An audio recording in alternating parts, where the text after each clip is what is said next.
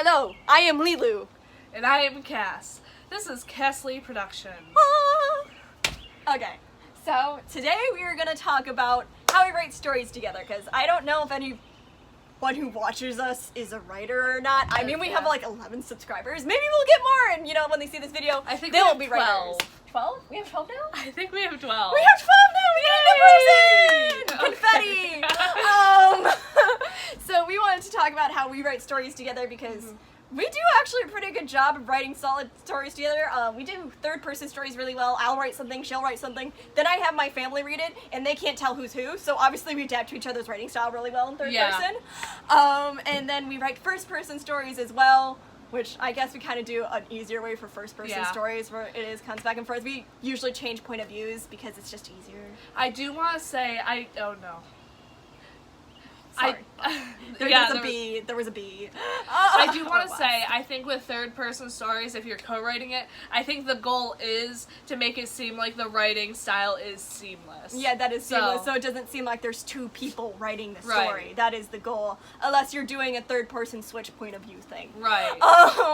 So the way we usually did the third-person point of view was that me and Cassie gets writer blocks really easily. So, full honesty, she would write till she got, writer's block, and I'd, go behind her and, add some things that I think my character would do, or, and behind her and stuff like that. And then when she got writer's block, I would start writing and typing, and then when I got writer's block again, she would go. And that's legit how we did the third-person ones, and we'd talk about the plot and how we want to advance it further every now and then. We'd stop and pause and be like, this is what I want to happen. This is how I think my character would react to that. And we usually, in conversation, we take over for our own character to make it more genuine. Right. Instead of, because for me, it's very difficult for me to write her characters because I don't know them as, deeply as she knows them. So I don't... And same for my thing. Yeah. I don't quite know, what her characters would say or something like that. So it's a lot easier to write, when we're both there. Yeah, it's definitely easier because it's and it's I don't always know what her character would do. Okay, I know her character's a bit of a hothead in one of our one of the stories we're writing together, but it's I don't know what his exact reaction to or what too extreme it would be because he's either very extreme or just mild. So yeah, he jumps around. So he jumps around in his reaction. So and it's I don't know how to gauge that half the time. So it's sometimes we'll write for the other person's character and then we'll stop and we'll look at him and go, "Is that okay?" Yeah. Would they say that? And then the other person thinks about it's yes, but maybe change this or this dialogue tag. Yeah, because there's sometimes, she has one character who isn't her main character, but she kind of adopted him and started writing him. And there was one time, and my character and that character get into a lot of fights.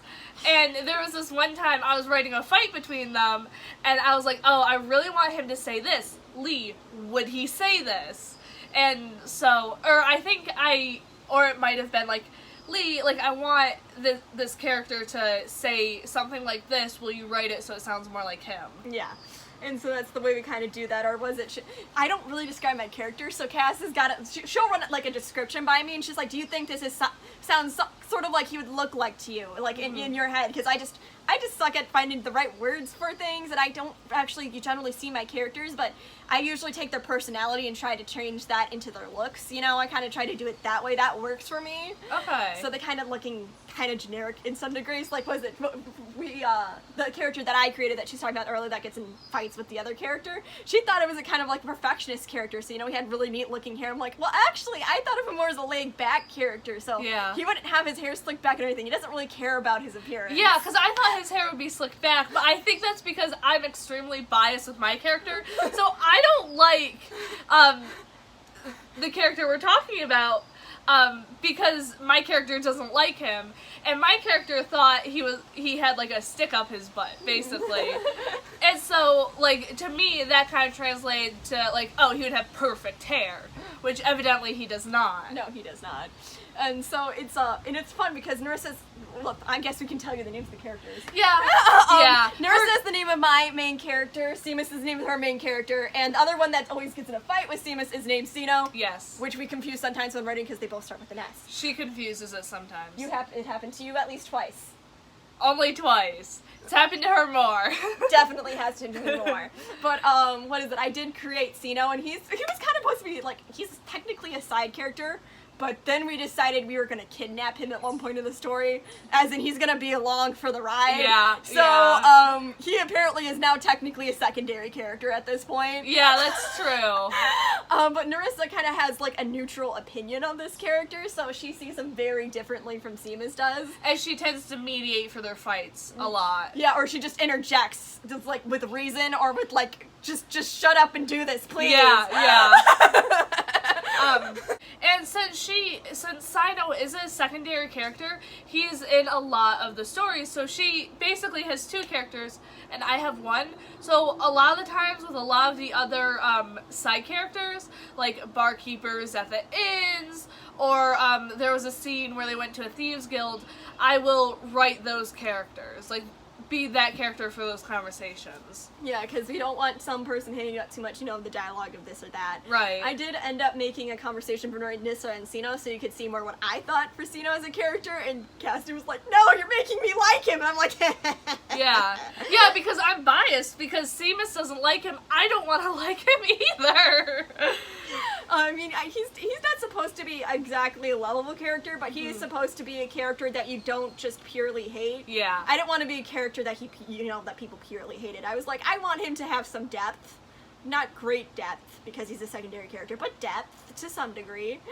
Yeah. And since Seamus just inherently hates him, like, I also feel like I should inherently hate him. And I mean, sometimes that is how it is. You're in the head of the person you're writing, and certain things just happen and rub you the wrong way. Like, me and Cassie will be writing sometimes and be like, what? No! I didn't expect that to happen! And your other character's just doing whatever, and you're like, no! Stop it! Yeah. Like, one time, Narissa pinched her character in the face, and I was like, Narissa's not a violent person! Why would she do that? And yet she did it, and I was like, it's weird, because it's like your character's separate from you to some degree, and yet you're the same person. Yeah. I love writing because of that. Yeah, we have fun writing together. Yes. But what is it? That's generally how we do it.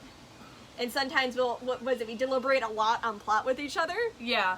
And how we think things are going to play out, and we're like, well, how about, or was it, I kind of fact-checked her with our own story every now and then, because she'll want to add this or that to him, like, oh wait, but earlier you already said this, because she forgets on the content we write earlier, and I'm really good at memorizing, apparently, small details in our story. Probably because I read it 5 times.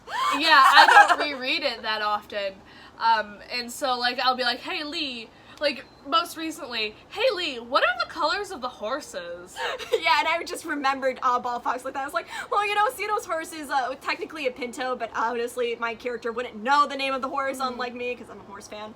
So I was like, it's white with, brown spots, practically, and I go, and then Narissa's horse is technically, I think I just made it chestnut brown, even though I don't like solid horse colors. I was like, I kind of like chestnut horses. I've met a lot of chestnut horses, so I guess I feel an affinity with them to some degree. And whenever I have horses, for some reason, I always make them dappled gray. And so Seamus's horse is dappled gray. Yeah, I didn't remember her horse for exactly, but I remembered my 2 characters' horses. Yeah, which makes sense. Yeah, which makes sense, because they're my 2 characters. Right, and I remembered Sino's horse, okay. See? We both I remembered Seamus's horse because he's my character. Yeah. And so so we kind of work well in that respect, so she doesn't have to look up and scroll through everything to find information or then she just goes, Lilu, dictionary, go. Right, especially like if I'm writing, then Lee can scroll up and find it, and then I can just keep writing, and it's a little bit more efficient that And so way. we usually, Skype call each other while we're writing, so we can do all these interactions and small things together and directly refer rather than writing off on our own, because I did that with some of my other friends one time, and we didn't write for each other's characters, and so not all of us had the right feel for what was going on at the moment. It was kind of really awkward to read and also to write at the same time. And this was when you were younger, wasn't it? This was when I was in middle school, so yeah. And I do have to say, like, when I was in middle school, I first started writing in, I think, 6th grade. So, like, in middle school, my writing style, like, it's, I still thought it was pretty okay, but yeah, I feel like there's some things that you could have explained more with some of them, or some of them was like, somehow you need to put, like, sometimes when you create your own world and you have like different, I know some people do like, you know, different days for the months, and they have do time differently. I feel like there needs to be something in the back or the beginning or back of the book that explains these things, because it's like, this is natural knowledge, but how can you explain natural knowledge?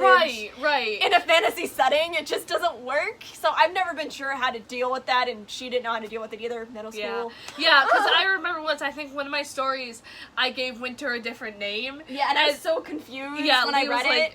What is this? Yeah, exactly. Or was it I think you also used something different to measure the time instead of hours or something. I mean, you didn't use the word hours. There were still hours, but she used a different word, and I was just like, what? And I actually think with that one, or I'm not sure if it was with that one, because I don't really remember what this story was. It was the one with the chimera and... Chimera. Thank you, however you want to pronounce it. Oh, yeah, oof. It was that story, one. That story's horrible, okay? I've read the first version she did of it and the renewed version she did of it, both of which she scrapped, by the way, but she finished both of them. But she scrapped both of them because she was like, Yeah, because that was when I was in my phase of more is better. Yeah, so, I felt like it was slow every now and then, but it was still decent. I had, a lot of the times I think I had about 12 characters in it. It got hard to keep track of some of them. Yes, I remember that part. I remember being like, wait, who is this again? Yeah, and like when you're writing a story, you want to have like 3 or 4 main characters. I mean, it's okay. 5 gets a bit chaotic. Yeah, but you can do 5. It's called the 5-man band. It's been done. Yeah, and there was this one book I read by Jonathan Rand and someone else. It was like, it wasn't the like children's book. It was like young teenager book. And he did like 5 characters. And it's like that I always find like I can only juggle 3 relationships with my stories at a time. You give me more than 3 people in a room at once, and I suck. Yeah. When I do that, I have a tendency to forget 1 or 2 of the characters, which is what happened with that middle school story with the chimera. Yeah, because it's like I think that in one of my stories, the one that I started in middle school and then have revised a lot throughout high school, that I shared with Cassie, and she likes it so far. I do really like it. What is it? I have a meeting where all the characters finally meet up, and now there's 4 of them, and that's where I'm stuck in this story right now. I'm just like, there's 4 people now, and the other 2 never really had personalities to begin with, so I'm just like, no, there's 5 people, including the main character. There's 5 people. Yeah. I'm writing with 5 people now, and I'm just like... Yeah.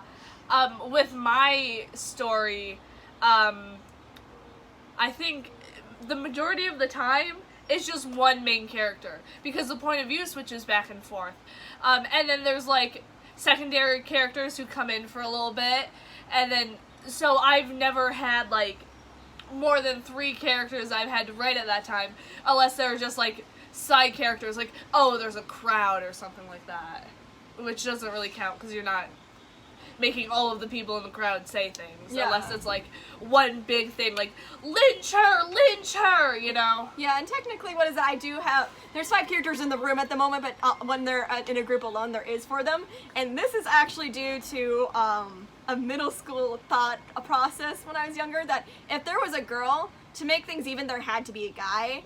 So I could not have an odd number of guys and girls in my story because I wanted genders to be equally represented, because I was always upset whenever the main character was just a guy, but I also felt weird when all the main characters were girls, so it's like I liked having a mix in my story. So it's like, oh, well, the main character's a girl, so I need to make a secondary character who's a guy, and I was like, oh wait, this person, they're gonna be twins, you know what, they're gonna be twins, so I need to make one of them a guy and one of them a girl too, and it's like, now I have 4 people. So now I got to deal with that because I decided to write that way. Yeah, and with my story, I had a similar thought process where, okay, I have 2 main characters. One needs to be a girl, one needs to be a guy. Alright, so this is the outro. Like, subscribe.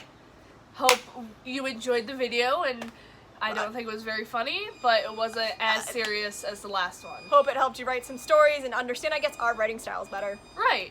So, see you next time.